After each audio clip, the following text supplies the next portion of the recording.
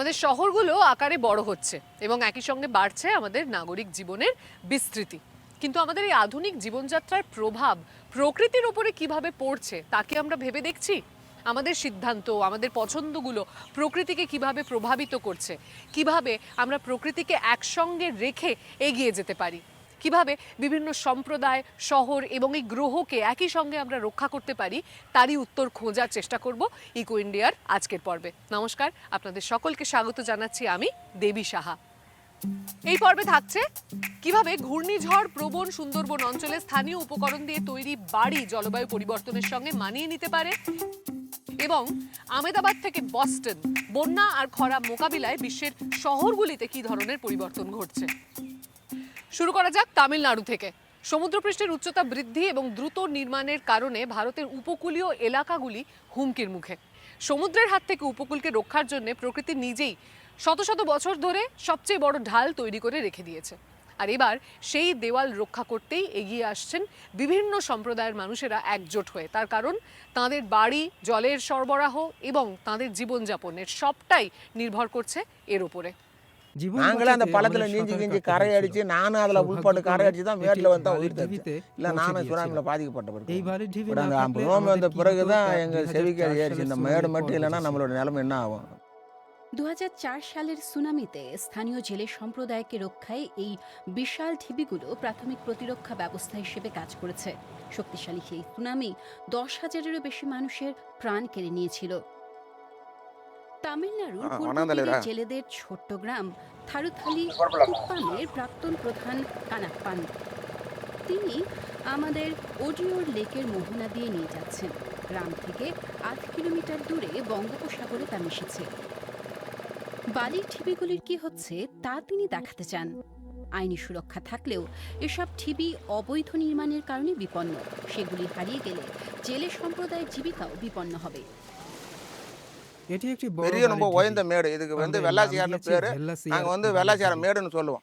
இதுக்கு நேர பெருவால பாடுவது முக்கியமான சக்தி வாய்ந்த பாடு. இல்லைன்னா கூட நாலு மீன் பெருவாயில படக்கூடிய பாடு, எதிர உள்ள பாடு. எங்களை வந்து இங்க தொழில் பண்ண ஆத்திலேயோ கடலையோ தொழில் பண்ணாத அளவுக்கு எங்க வாழ்வாதாரத்தை கெடுக்கிறதுக்கு ஏற்பாடு நடந்துகிட்டு இருக்கு।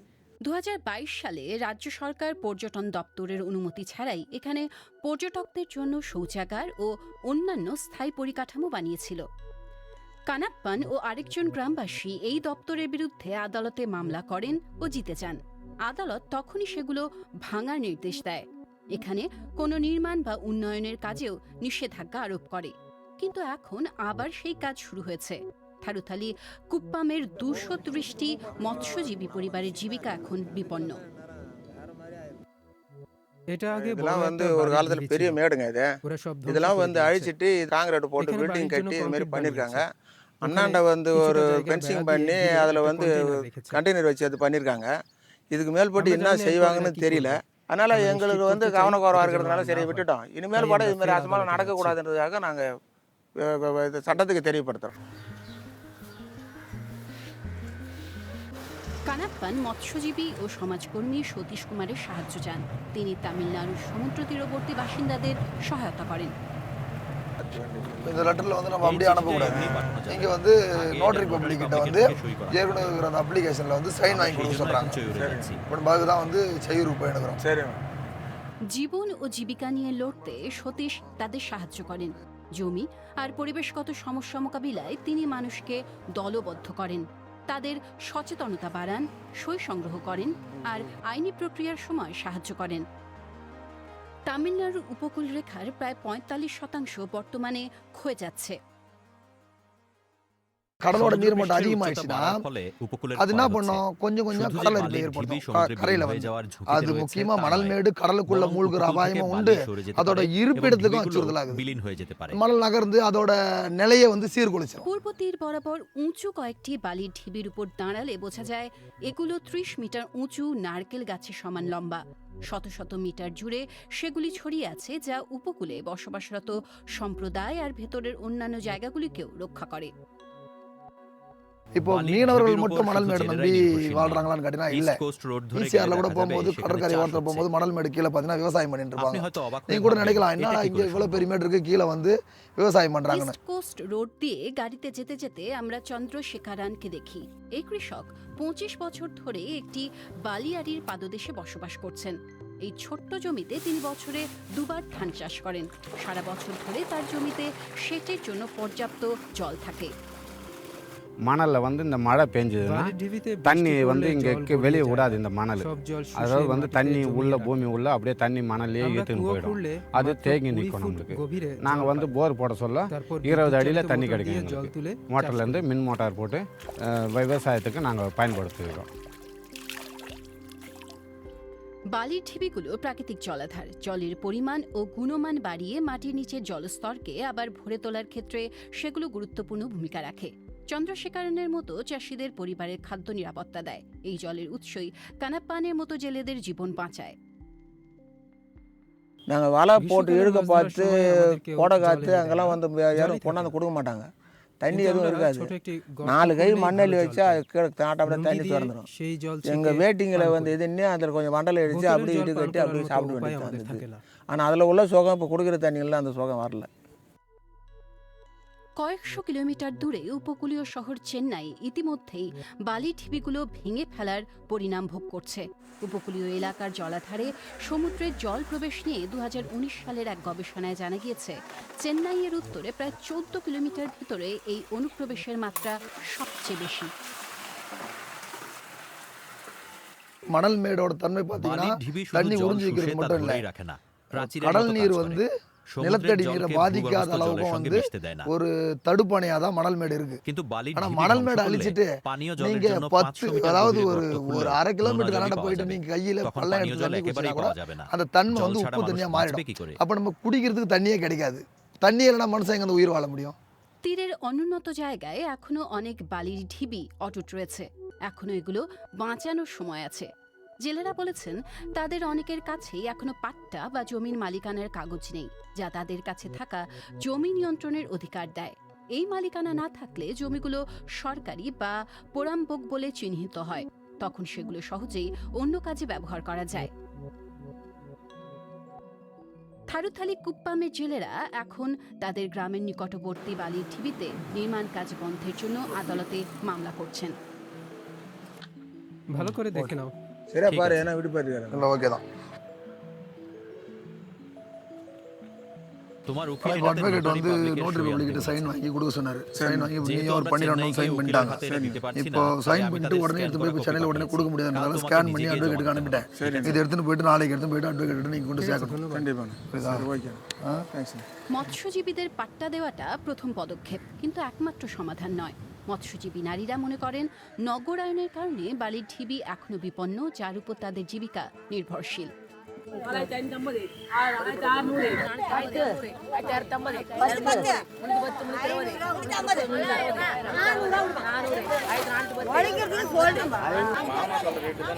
তীরবর্তী ছোটগ্রাম আলামপাড়াই কুপ্পামে নারী মৎস্যজীবীরা প্রতিদিন সকালে এই নিলামে আসেন। তারা দিনের সেরা মাছ বেছে আলাদা করেন, এটা তাদের পরিবারের খাবার যোগায়। எல்லாமே 200 மக்களும் இந்த பாதையாக தான் போவாங்க வருவாங்க। எங்கள் கடலோரம் பகுதியை பார்த்தீங்களா, எல்லா சொத்தும் எங்களுது அங்கே தான் கிடக்குது। இப்போ கடல் சீற்றம் வந்தால் நாங்கள் போட்டு வலை எல்லாமே தூக்கிட்டு வந்து இந்த மணல் மேலே தான் வைப்போம்। ஒரு மீன் ஏதாவது மீன் வந்து எங்களுக்கு கெட்டு போயிட்டாலும் அதை காய வைக்கிறது இந்த மணலில் தான் நாங்கள் காய வைப்போம்। இந்த இடத்த விட்டா எங்களுக்கு வேற எங்கேயும் நாங்கள் காயெல்லாம் வைக்க முடியாது। தாய் ஒரு பிள்ளை உறவு இருக்கிற மாதிரி, ஒரு புருஷன் பொண்டாட்டி உறவு இருக்கிற மாதிரி இந்த மண்ணுக்கும் எங்களுக்கும் உறவு। எந்த காரணத்தை கொண்டு இந்த மண்ணை நாங்கள் விட்டு கொடுக்க மாட்டோம்। কানাপ্পান বলেন বালির ঢিবি বাঁচানো মানে শুধু মাছ ধরার জায়গা আর মিষ্টি জলের উৎস বাঁচানোই নয়, এর উপর নির্ভরশীল তীরবর্তী সম্প্রদায় আর শহরগুলির নিরাপত্তাও। அதாவது காலங்கள் முன்னேற முன்னேற இயற்கை சீற்றங்கள் வேற வேற விதமாக வந்து இருக்கு। ஆனால் இதுமாரி ஒரு மணல் மேட்டுங்களை வந்து அப்போக்குள்ள உரிமையை விட இப்போ முக்கியமாக கொடுத்து அதை பாதுகாப்பு பண்ணாதான் வரக்கூடிய இயற்கை சேற்றங்களை கொஞ்சம் தடுத்து நிறுத்தி நம்ம உயிரை காவந்து பண்ணிக்க வேண்டிய அவசியம் ரொம்ப தேவை। அதனால் இந்த மணல் மேடுகளை வந்து அழிக்காத அளவுக்கு பார்த்துக்க வேண்டியது এগুলোরই কারণে। পূর্ব তীরের বালির ঢিবিগুলো নীরবে অথচ শক্তিশালী উপায়ে ভারতের তটরেখা গড়ে তুলছে। তামিলনাড়ুর জেলে সম্প্রদায় শুধু নিজেদের ভবিষ্যৎ নয়, একই সাথে তীরবর্তী শহরগুলির ভবিষ্যৎও রক্ষা করতে চায়। প্রকৃতিকে রক্ষা করার ক্ষেত্রে তারা একটি নজির সৃষ্টি করছে। আমরা প্রতিনিয়ত পরিবেশগত যে সমস্ত চ্যালেঞ্জের মুখোমুখি হচ্ছি, সমুদ্রপৃষ্ঠের উচ্চতা বৃদ্ধি, তার মধ্যে কেবল একটি মাত্র, মানুষের কারণে জলবায়ুর দ্রুত পরিবর্তন ঘটছে। বন্যা থেকে শুরু করে তাপদাহ, সব ক্ষেত্রেই আমরা জলবায়ুর চরম রূপ দেখতে পাচ্ছি, যার ভয়ানক প্রভাব পড়ছে আমাদের শহরগুলোর ওপরে। তবে হাত গুটিয়ে বসে না থেকে বৈরী আবহাওয়ার বিপরীতে বরং শহরগুলোকেই ঢাল হিসেবে তৈরি করবার চেষ্টা করছেন কিছু কিছু নগর পরিকল্পনাবিদ। পয় নিষ্কাশন ব্যবস্থার পরিবর্তন থেকে শুরু করে সবুজ ছাদ, জলবায়ু সচেতন নাগরিক জীবন কেমন হতে পারে তার নতুন ধারণা তৈরি করছেন তারা। এই পার্কটির অবস্থান সিঙ্গাপুরের একেবারে কেন্দ্রে। 20 বছর আগে নদীটি দেখতে এমন ছিল। এটিকে মুক্ত করার পর এই এলাকা সুন্দর হয়েছে, জীবন বাঁচাতেও সাহায্য করছে। কারণ বন্যা আর তাপপ্রবাহ এখন নিয়মিত ব্যাপার। বিশেষ করে বিশ্বের অর্ধেকেরও বেশি মানুষ বসবাস করা শহরগুলোর জন্য তা বড় এক সমস্যা। সিঙ্গাপুর বা অন্য শহরগুলোর সামনে দুইটি পথ খোলা, জীবন আর স্বাস্থ্যের দীর্ঘস্থায়ী ঝুঁকি অথবা মাঝে মধ্যে কিছু অসুবিধা। তাহলে দেখা যাক বিশ্বের বড় শহরগুলো এক্ষেত্রে কি কি পদক্ষেপ নিচ্ছে, অন্যদেরই বা তা থেকে কি শেখার আছে। এই চিত্রের বৃত্তগুলো প্রত্যেকটি ইউরোপের 50টি বড় শহরের একটির প্রতিনিধিত্ব করে। বৃত্ত যত বড় সেই শহরে তত বেশি মানুষ বসবাস করে।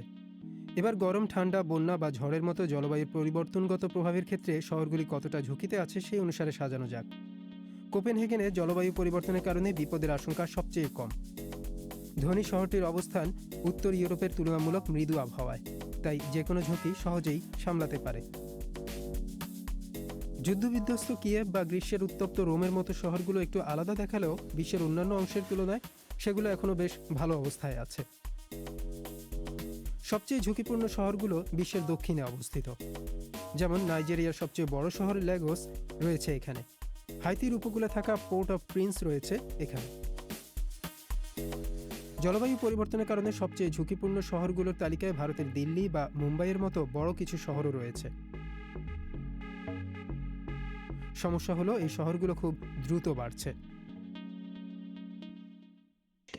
শহরগুলো পরিকল্পনাহীনভাবে বেড়ে উঠেছে। উন্নয়নের পুরনো ঘাটতি এখনো সেগুলোকে সামলাতে হচ্ছে। এর মধ্যে জলবায়ু পরিবর্তনের নতুন চ্যালেঞ্জগুলো বেড়ে চলেছে। অঞ্জলি মোহন ভারত সহ বিশ্বের দক্ষিণের শহরগুলোর জলবায়ু সমস্যা সংক্রান্ত কর্মপরিকল্পনায় যুক্ত ছিলেন। তিনি বলেন, শহরের মধ্যেও কিছু মানুষ অন্যদের তুলনায় অনেক বেশি ঝুঁকিতে আছেন। সবচেয়ে প্রান্তিক মানুষেরাই বেশি ক্ষতিগ্রস্ত হন। যেমন অনেক মানুষই টিনের ছাদের বাড়িতে থাকেন, তারা বেশি তাপমাত্রা অনুভব করেন। টিনের ছাদের বাড়িতে টিনের কারণে ভেতরটা বেশি গরম হয়ে যায়। এর প্রভাব পড়ে স্বাস্থ্যের উপর, প্রতিদিনের বেঁচে থাকার। আইপিসিসির বিশেষজ্ঞদের মতে মধ্য ও দক্ষিণ এশিয়ার নিম্ন আয়ের মানুষেরা তীব্র তাপপ্রবাহে বিশেষভাবে কষ্ট পাচ্ছেন। অন্যদিকে ধনীদের জন্য সবকিছুই অনেক বেশি আরামদায়ক। এয়ার কন্ডিশনিং, আরামদায়ক বাড়ি, নির্ভরযোগ্য পরিবহন বা ঘরে থেকে কাজ করার মতো বিকল্প থাকলে যে কোনো সংকটই সহনীয় হয়। এই পরিস্থিতির সঙ্গে শহরগুলো কিভাবে তাল মেলাতে পারে? শ্রুতি নারায়ণ বিশ্বের বিভিন্ন শহর কর্তৃপক্ষের সঙ্গে কাজ করেন, তারও একই প্রশ্ন। একটি জায়গা থেকে শুরু করলে হবে না, দুই দিক থেকেই চেষ্টা করতে হবে। প্রথমটি হলো স্বল্পমেয়াদী প্রতিক্রিয়া। দ্রুত পদক্ষেপ নিয়ে শহরকে এখনই প্রস্তুত করতে হবে, যাতে মানুষ নিরাপদ আর সুরক্ষিত থাকেন। উদাহরণ হিসেবে বলা যায়, তীব্র গরমে সতর্কবার্তা সবচেয়ে ক্ষতিগ্রস্তদের কাছে পৌঁছাতে হিমশিম খাচ্ছে দিল্লি। তাই মানুষ নতুন উপায় নিয়ে এসেছেন। দিল্লির বাইরের বাজার আর বর্জ্য অপসারণ কেন্দ্রগুলোতে অনেক শ্রমিক জড়ো হন। গ্রিনপিস ইন্ডিয়া, শ্রমিক ইউনিয়ন ও আবহাওয়া দপ্তরের সহায়তায় হোয়াটসঅ্যাপ গ্রুপ আর এই ধরনের সতর্কীকরণ চিহ্নের ব্যবস্থা করা হয়েছে। বাংলাদেশ অনেকদিন ধরেই বন্যার সতর্কবার্তা জানাতে এই পদ্ধতিগুলো ব্যবহার করছে। বিশ্বের বিভিন্ন দেশ এমন উদ্যোগ নিচ্ছে। সময়মতো পদক্ষেপ নেওয়ার জন্য তারা নিজেদের তথ্য ও সতর্কতা ব্যবস্থা উন্নত করছে। সমস্যা জানার পর মানুষের সাহায্য পাওয়ার ব্যবস্থাও থাকতে হবে। পর্যাপ্ত আশ্রয় কেন্দ্র থাকতে হবে, স্বাস্থ্য ও জরুরি পরিষেবাগুলোকে কার্যকর করতে হবে। প্রয়োজনের সময় এই মানুষদের কিভাবে সরিয়ে নেওয়া হবে তা জানা থাকতে হবে। কিভাবে তাদের রক্ষা করা হবে, খাবার ও জল দেওয়া হবে তাও জানা থাকা চাই। মাদ্রিদের এই জাদুঘর তীব্র গরমের সময় শহরের মানুষের ক্লাইমেট শেল্টার বা জলবায়ুগত আশ্রয় হয়ে ওঠে। বিনামূল্যে সেখানে প্রবেশ করা যায়, জল পাওয়া যায়, আছে এয়ার কন্ডিশনিং সুবিধাও। বিশ্বের বিভিন্ন শহর এই উপায় বেছে নিচ্ছে। অলাভজনক সংস্থা সিডিপির এই বছরের জলবায়ু বিষয়ক পদক্ষেপ সংক্রান্ত প্রশ্নপত্রে 21টি শহর জানিয়েছে তারা তীব্র গরমের সময় সবার জন্য পাবলিক শেল্টার বা সবার জন্য উন্মুক্ত আশ্রয়ের ব্যবস্থা রেখেছে। চেন্নাইতে বিভিন্ন কোম্পানি ও স্বেচ্ছাসেবীরা শহরের ডেলিভারি শ্রমিকদের জন্য জল, শৌচাগার ও শীতাতপ নিয়ন্ত্রণ ব্যবস্থা সহ বিশ্রাম কক্ষ বানিয়েছে। ভবিষ্যতের বন্যা আর তাপপ্রবাহ মোকাবিলা সহজ করতে দীর্ঘমেয়াদী অভিযোজনের উদ্যোগও আছে। সিঙ্গাপুরের বিশান অ্যাংমো কিও পার্কের কথা নিশ্চয়ই মনে আছে, যেখানে নদী তীরের বাঁধ সরিয়ে ফেলা হয়েছিল। মিউনিখে, মাদ্রিদ আর টরেন্টোতেও এমন ব্যবস্থা নেওয়া হয়েছিল। বৃষ্টি হলে উন্মুক্ত এমন নদী তীর ভালোভাবে জল শুষে নেয়, তা বয়ে যেতে দেয় আর চারপাশের শহরকে বিপদে না ফেলে জল মাটিতে ঢুকতে দেয়। ভারী বৃষ্টির সময় বিশান উদ্যানের অবস্থা এমন হয়, ঠিক যেমনটি চাওয়া হয়েছিল তেমনই। এই প্রকল্প অর্থনৈতিকভাবেও সফল হয়েছে। কংক্রিটের খাল মেরামত করতে প্রায় 12 কোটি মার্কিন ডলার লাগত, তার অর্ধেক খরচেই নদীকে মুক্ত করা হয়েছে। প্রকৃতিভিত্তিক এমন সমাধান তাপমাত্রা আর বন্যা দুয়ের বিরুদ্ধেই সাহায্য করতে পারে। সেই সঙ্গে গাছ লাগানো, উদ্যান তৈরি করা, ছাদ আর ভবনগুলো সবুজ করার মতো উপায় তো আছেই। এগুলো গরমের শহরকে তাপমাত্রা কমাতে আর ঝড়ের সময় জল শুষে নিতে সাহায্য করে। 2024 সালে বড় শহরগুলোর অর্ধেকেরও বেশি এই ধরনের সবুজ পরিকাঠামো প্রকল্পের কথা জানিয়েছে, যেমনটা রয়েছে চেন্নাইতে, আম্মানে, মেক্সিকো সিটিতে বা ব্যাংককে। শহরগুলোকে সবুজ করার বাইরেও অনেক কিছু করার আছে। আপনার বাড়ি তাপরোধী না হলে আপনাকে গরম থেকে রক্ষা করতে পারবে না। যদি মজবুত না হয়, বন্যায় বাড়ির ক্ষতি হবে। পরিষ্কার জল না পেলে তাপপ্রবাহ আরও মারাত্মক হয়ে উঠবে। আর আপনার এলাকায় যদি কার্যকর নালা না থাকে, তাহলে বৃষ্টির সময় জল বয়ে যাবে না। সবার জন্য, পুরো শহরের প্রত্যেকের জন্য জল আর স্বাস্থ্যকর পরিবেশের ব্যবস্থা কিভাবে নিশ্চিত করা যায়, সেখান থেকে শুরুটা করতে হবে। নিরাপদ পানীয় জল, উন্নত জল নিকাশি ব্যবস্থা, নিরাপদ বাসস্থান এবং মানুষকে নিরাপদ জায়গায় নিয়ে যাওয়ার জন্য উন্নততর যোগাযোগ ব্যবস্থা, এমন পরিষেবাগুলোর সম্প্রসারণ দৈনন্দিন জীবনকে উন্নত করে এবং গরম আর বন্যার সময় মানুষকে রক্ষা করতে সাহায্য করে। পরিকাঠামো তৈরি বা উন্নত করার সময় শহরগুলো চরম আবহাওয়া সামলানোর উপযোগী উপকরণ বেছে নিতে পারে। কিছু শহরে ছিদ্রযুক্ত ফুটপাত নিয়ে পরীক্ষা নিরীক্ষা চলছে, যাতে সেগুলো জল ভালোভাবে শুষে নিতে পারে। গরমে ঠান্ডা রাখার জন্য মার্কিন যুক্তরাষ্ট্রের ফিনিক্সে ফুটপাত হালকা রং করা হয়। ভবনের ছাদেও একই কাজ করা হয়। লস অ্যাঞ্জেলেসে নতুন বা সংস্কার করা ভবন এখন তাপ প্রতিরোধী উপকরণ দিয়ে তৈরি করা বাধ্যতামূলক। বিশ্বের বিভিন্ন শহর একই ধরনের পদক্ষেপের কথা জানাচ্ছে। কিছু পদক্ষেপ ব্যয়বহুল হলেও অনেকগুলো বেশ সহজ ও সস্তা। যেমন তীব্র তাপপ্রবাহ থেকে রেহাই পেতে আহমেদাবাদে টিনের ছাদে সাদা রং করা হচ্ছে। জলবায়ু পরিবর্তন মোকাবিলার জন্য বিশ্বের বেশিরভাগ বড় শহরে নির্দিষ্ট পরিকল্পনা রয়েছে, যা প্রাথমিক পদক্ষেপ হিসেবে ভালো।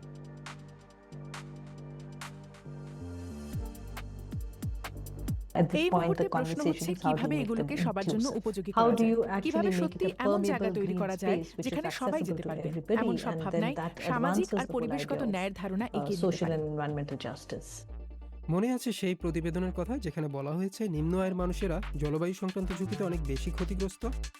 একই প্রতিবেদনে এটাও বলা হয়েছে যে শহরগুলি পরিকল্পনা মাফিক কাজ করলে অবস্থার অনেক উন্নতি হবে। আফ্রিকার মতো কিছু অঞ্চলে শুধু বর্তমান পরিকল্পনা মাফিক কাজ করলেই চলবে না, যা করলে তাপপ্রবাহের কারণে গুরুতর দীর্ঘস্থায়ী ঝুঁকির বদলে ধনী ও গরিব সবাই সাময়িক কিছু অসুবিধা ভোগ করবেন, তেমন কিছু করতে হবে। আমি বিশ্বাস করি আমরা পারবো। আমরা জরুরি ভিত্তিতে একসঙ্গে এখনই পদক্ষেপ নিলে শহরগুলোকে বাসযোগ্য করে তুলতে পারবো।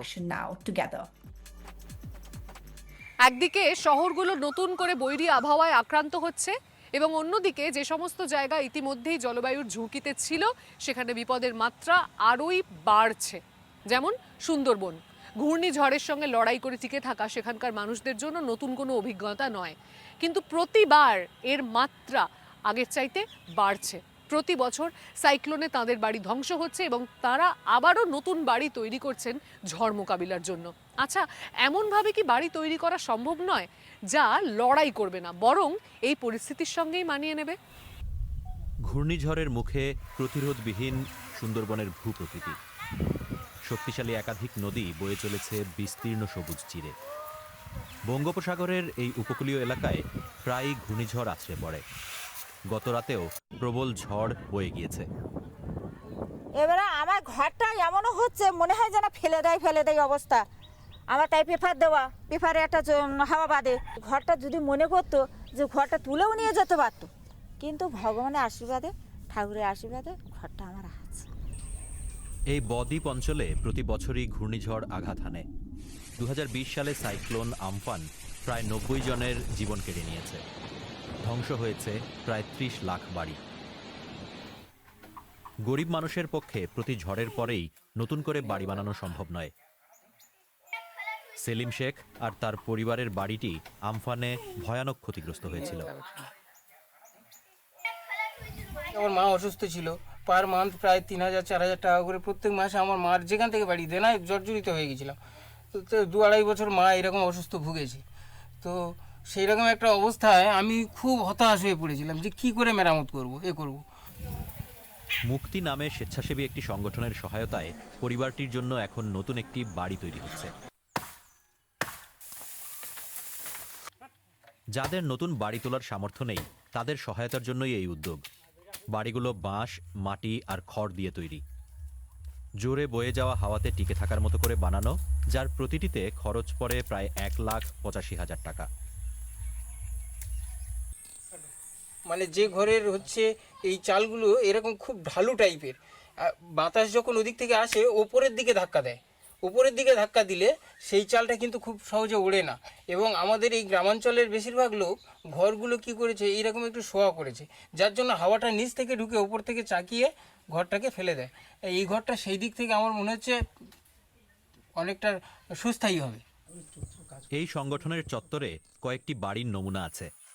স্থানীয় উপকরণ দিয়ে তৈরি এসব বাড়ি শুধু এর ডিজাইন বা নকশার কারণে কিভাবে তীব্র ঘূর্ণিঝড় সহ্য করতে পারে, দর্শনার্থীরা তা এখানে দেখতে পারেন।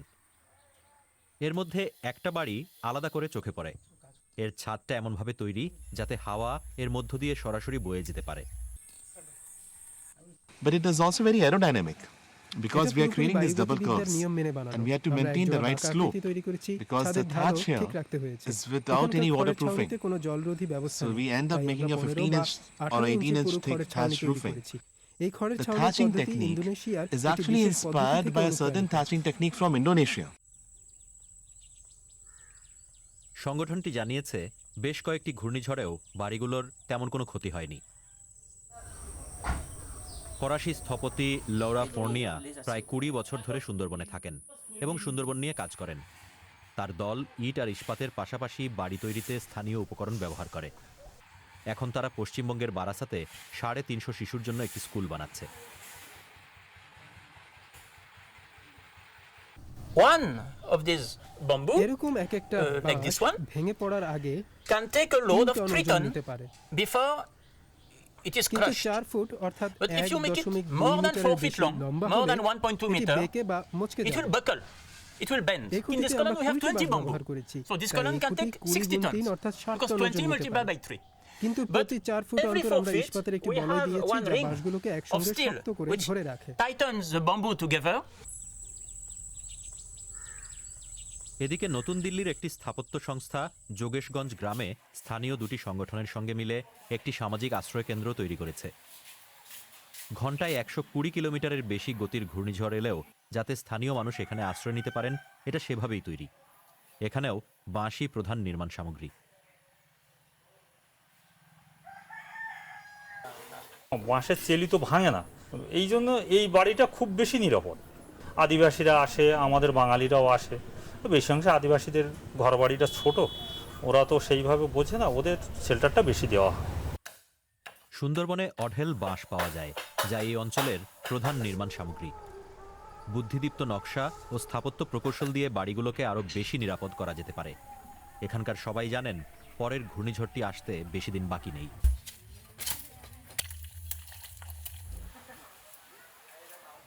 আজকের মতো এই পর্যন্তই। কিভাবে ছোট ছোট পদক্ষেপও আমাদের এই গ্রহকে এবং মানুষজনকে রক্ষায় একটি বড় উদ্যোগ হয়ে উঠতে পারে, তারই বেশ কিছু উদাহরণ দেখলাম আজকের পর্বে। জলবায়ু সচেতন জীবনযাপন এখন আর শুধু আপনার আমার পছন্দ অপছন্দের বিষয় নয়, বরং ভবিষ্যতে টিকে থাকার একমাত্র উপায়। এমন কোনো উদ্যোগ যদি আপনারও আশেপাশে চোখে পড়ে থাকে তাহলে আমাদেরকে লিখে জানাতে ভুলবেন না যেন। আর এমনই আরও অনেক প্রতিবেদন পেতে ইনস্টাগ্রামে আমাদের DW এনভায়রনমেন্ট চ্যানেলটিও ফলো করবেন। আবারও দেখা হচ্ছে ইকো ইন্ডিয়ার আগামী পর্বে, আগামী সপ্তাহে। ততদিন ভালো থাকবেন, সুস্থ থাকবেন। নমস্কার। জলবায়ু, পরিবেশ ও উদ্ভাবনের অসাধারণ সব প্রতিবেদন থাকছে প্রতি সপ্তাহে ইকো ইন্ডিয়ায়। জলবায়ু সুরক্ষা ও টেকসই ভবিষ্যতের পথে পরিবেশ বান্ধব চাকরি ও পেশার কথা তুলে ধরি আমরা। কলকাতা, দিল্লি ও চেন্নাইয়ের মতো শহরে করি সবুজ পরিবহন, নির্মল বায়ু ও পুনর্নবীকরণযোগ্য জ্বালানির খোঁজ। কিভাবে আমরা টেকসই জীবনযাপন করতে পারি, চলুন অনুসন্ধান করি একসঙ্গে। চোখ রাখুন DW বাংলার ইউটিউব চ্যানেল ও ফেসবুক পাতায় এবং প্রতি সপ্তাহে কলকাতা টিভির পর্দায়।